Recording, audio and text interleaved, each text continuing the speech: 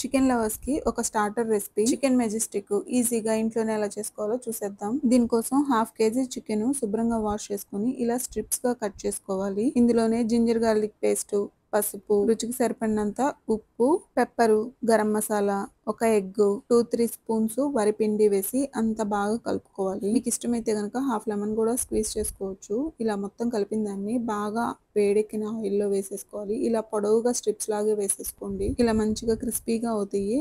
Fry అయిన తర్వాత అన్ని తీసేసుకొని ఒక బౌల్లో వేసేసుకోండి. ఇవి ఇలా అయినా తినొచ్చు, లేదంటే రెస్టారెంట్ స్టైల్ తాలింపు కూడా పెట్టుకోవచ్చు. దానికోసం ఒక బౌల్లో కారం, పసుపు, పెప్పరు వేసి కొంచెం వాటర్ వేసుకొని అంతా కలుపుకొని పక్కన పెట్టుకోండి. ఇప్పుడు బాండీలో ఆయిల్ వేసుకొని జీలకర్ర, చాప్ చేసిన గార్లిక్, పచ్చిమిర్చి, ఎండుమిరపకాయలు, కరివేపాకు, కొత్తిమీర అన్ని వేసుకొని ఫ్రై చేసుకొని ఈ కలిపిన కారం వాటర్ కూడా వేసుకొని ఈ వాటర్ బాగా మరిగిన తర్వాత ఈ చికెన్ కూడా వేసేసుకొని అంతా కలుపుకొని సర్వ్ చేసుకోవటమే. నచ్చితే కనుక ట్రై చేసి ఎలా వచ్చిందో కమెంట్ చేయండి. బాయ్.